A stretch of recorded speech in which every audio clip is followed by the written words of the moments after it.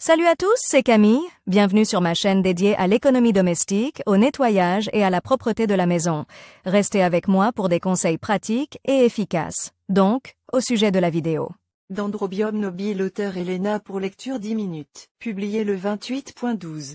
2020. Dendrobium nobile, bien qu'il s'agisse d'une orchidée, mais son aspect est très différent du Phalaenopsis qui nous est familier. Les tiges pseudobulbes sont hautes et charnues. À l'aisselle des feuilles lancéolées apparaissent 2 ou 3 grandes fleurs aux pétales délicats de différentes couleurs et à la lèvre ondulée. Les fleurs sur le pseudobulbe sont si nombreuses que la plante ressemble à un véritable bouquet vivant. Il est presque impossible de rencontrer le Dendrobium nobile dans sa forme pure, car cette espèce est elle-même un hybride. Mais il n'y a pas lieu de s'inquiéter. 25 à 50% d'hybrides s'adapteront beaucoup plus facilement à la vie en milieu ambiant. Soins à domicile. Étant donné que l'aire de croissance de la Dendrobium nobile est assez vaste, les conditions de vie de chaque espèce de cette orchidée seront différentes. Il est donc nécessaire d'observer attentivement l'état de l'animal et d'adapter les caractéristiques du contenu en fonction des besoins de la fleur. Face à la diversité de l'agrotechnique de l'orchidée noble, nous allons essayer de mettre en évidence les points communs à toutes les variétés. Emplacement et éclairage. Tous les types d'orchidées nobiles préfèrent pousser avec une journée lumineuse d'au moins 12 heures. Mais il n'est pas permis de laisser le buisson sous un soleil brûlant, il est préférable de l'ombrager avec de la gaze. Pour qu'après la floraison, la plante puisse pondre des boutons floraux et des pousses pour l'avenir, il est indispensable de l'éclairer avec une lampe phytopharmaceutique. Pour que votre vivant sur un arbre ne meure pas quelques mois après son achat, placez-le sur le rebord sud ou sud-ouest de la fenêtre. Dans les autres endroits, vous devrez constamment rafraîchir la lumière. En hiver, la lumière du jour est de toute façon indispensable. En été, si possible, placez le pot contenant les plantes exotiques dans la cour ou au moins sur le balcon. Vous pouvez vous assurer que vous avez fourni le bon éclairage en observant attentivement les feuilles. En cas de manque de lumière, elles s'assombrissent. En cas d'excès de lumière, elles s'éclaircissent, c'est-à-dire qu'elles se consument au soleil. Si vous remarquez que les pseudobulbes sont devenus plus courts qu'avant, c'est le signe d'un excès de lumière. Température. La nobile noble peut supporter toutes les variations de température de 0°C à 40°C. Cependant, il est préférable de ne pas malmener la plante de cette manière, mais de maintenir des conditions plus confortables pour elle.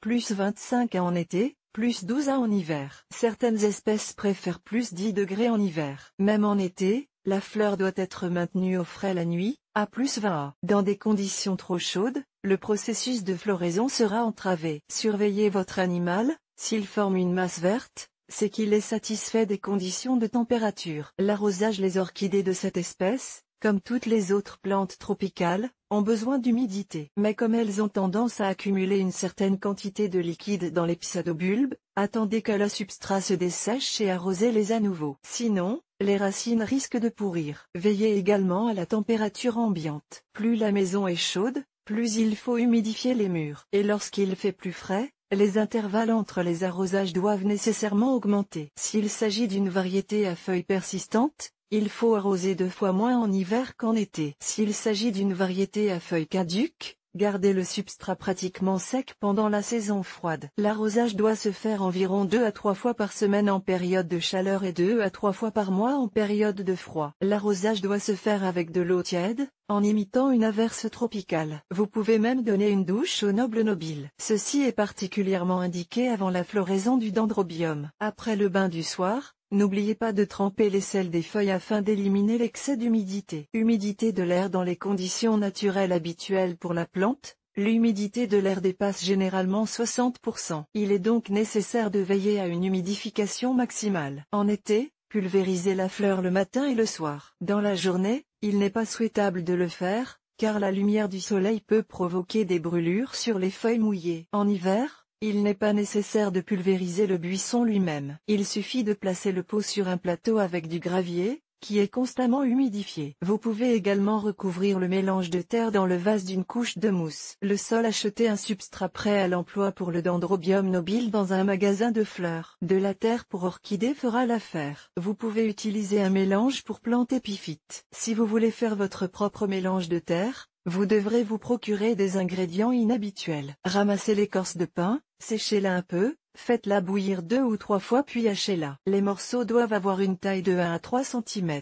Diluez la préparation avec une petite quantité de charbon de bois. Vous pouvez remplacer le charbon de bois par des racines de fougère, des fibres de noix de coco ou de petits morceaux de capsules de bouteille. Si le vase est placé sur une fenêtre au sud, ajoutez un peu de sphaigne. S'il est placé au nord, ajoutez de la mousse. Une petite quantité de tourbe n'est pas superflue non plus. Il est évident que dans un tel mélange, il n'y a pas d'éléments nutritifs. Les orchidées pourront simplement accrocher leurs racines à des morceaux d'écorce c'est être bien ventilé. Engrais et fertilisants et pour que la nobile se sente bien, il faut veiller à préparer un engrais pour orchidées. La concentration ne doit être que la moitié de celle indiquée sur l'emballage. Les épines sont très délicates et peuvent mourir en cas de surdose. De la floraison jusqu'à l'apparition des nouvelles pousses, apportez de l'engrais à des intervalles de 2 à 3 semaines. Lorsque vous arrosez la plante, ajoutez l'engrais sous forme liquide dans le bac. Lorsque vous pulvérisez le mélange curatif sur les feuilles à l'aide d'un pulvérisateur, réduisez la dose de concentré de 5 fois. Certains dendrobiums ont également besoin d'être nourris en hiver avec un engrais potassium-phosphore, mais pas plus d'une fois par mois. Pendant la saison froide,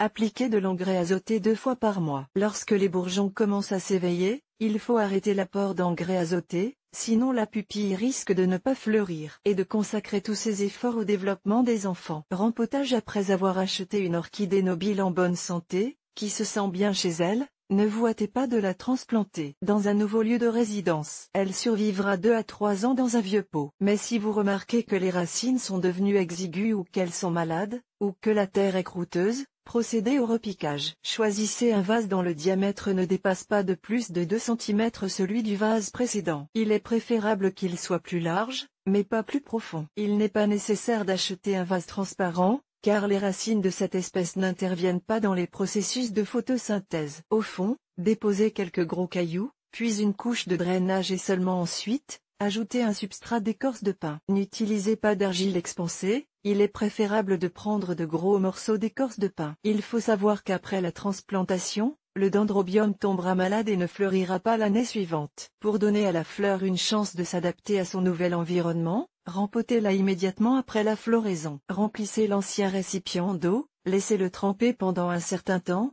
puis sortez l'arbuste. Secouez le vieux terreau et inspectez les racines, en enlevant les parties flétries. Mettez-le dans un nouveau pot et remplissez-le de nouveau au substrat. Immédiatement après la transplantation, n'arrosez pas. Laissez-le reposer une semaine ainsi, tout en créant une zone semi-ombragée. Si, après la transplantation, l'ami-vert commence à jaunir, ne vous inquiétez pas, c'est normal. Avec le temps, la noble orchidée en produira de nouvelles. La floraison.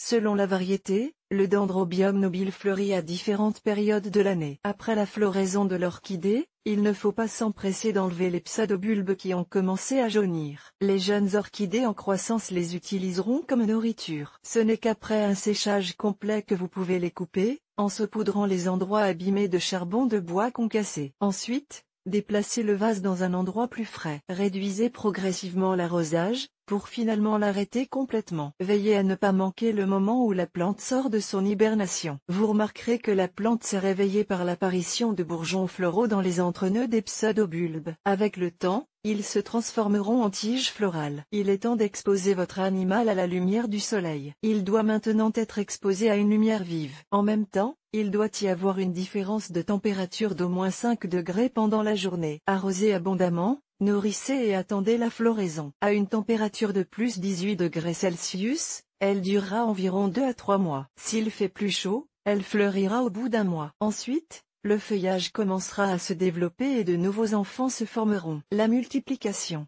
Les dendrobiums peuvent être difficiles à entretenir, mais vous pourrez les multiplier sans problème. Avec des bébés après la floraison, des kekis, bébés, apparaissent sur les pseudobulbes. Attendez que leurs racines atteignent 5 à 8 cm.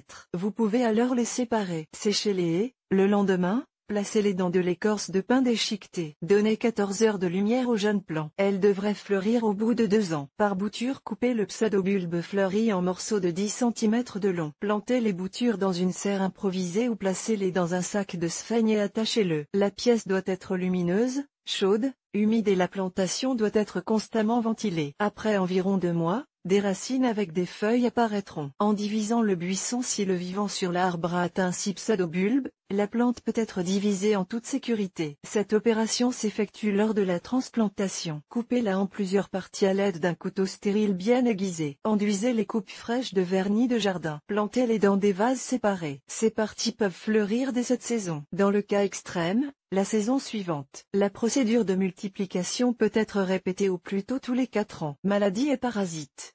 Tous les parasites floraux existants dans la nature sont capables d'attaquer et de s'attaquer à la collection de Dendrobium. Il peut s'agir d'alerodes, de cochenilles, de thrips, de boucliers, de nématodes. Si des parasites sont détectés, utilisez des préparations chimiques ou des remèdes populaires, eau savonneuse, solution de tabac, cendre de bois ou alcool dilué dans de l'eau jusqu'à obtenir une consistance faible. Pour éviter la pourriture fongique ou bactérienne, aérez la pièce aussi souvent que possible. Ne le faites pas immédiatement après l'arrosage, car l'orchidée risquerait de se refroidir. Pour éloigner les parasites de votre animal de compagnie, vous devez adapter le régime d'humidité, de chaleur et de lumière pour la fleur. En cas de pourriture des racines, la plante mourra probablement. Si la pourriture se trouve sur les feuilles ou les pseudobulbes, coupez ces parties, séchez les zones coupées et saupoudrez-les de charbon de bois broyé. Cette maladie apparaît généralement lorsque la pièce est fraîche et que l'humidité est élevée. Erreur de soin.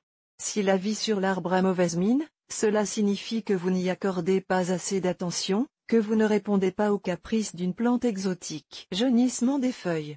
Si les feuilles inférieures jaunissent et tombent, il n'y a pas lieu de s'inquiéter. Elles vivent généralement environ 2 ans. Taches brunes et sèches.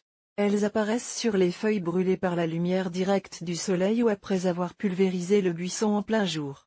Taches humides. Signe d'une pulvérisation dans une pièce froide. Pourriture entre la feuille et la tige. Stagnation de l'eau après une douche chaude ou une pulvérisation. Absence de floraison. Manque de lumière, absence de dormance ou surdose d'engrais azotés. Pourriture des racines. Arrosage excessif du sol. Taches grises et humides sur les pseudobulbes. La plante a besoin d'un rempotage urgent. Signe folklorique. Un vase de Dendrobium nobile est une bonne idée pour les personnes légalement mariées, il apportera bonheur et compréhension dans le foyer du couple. Mais pour ceux qui vivent un mariage civil, il est préférable d'attendre avec un ami vers que la relation soit officialisée, car les querelles, les malentendus et même une éventuelle rupture commenceront. Dans tous les cas, il est préférable de ne pas déterminer le pot dans la chambre à coucher, afin de ne pas tomber dans la dépression. Les personnes nerveuses sont contre-indiquées, mais les personnes créatives, au contraire, trouveront dans cette orchidée la force d'atteindre de nouveaux sommets. Les personnes qui sont venues chez vous avec de mauvaises intentions, ce type d'orchidée aggravera leur bien-être, et elles partiront d'elles-mêmes, sans avoir accompli leur acte noir. N'hésitez pas à essayer d'élever une orchidée noble chez vous. Si vous devinez ses besoins et les suivez, vous obtiendrez un morceau d'été lumineux et une beauté inexprimable dans un seul appartement.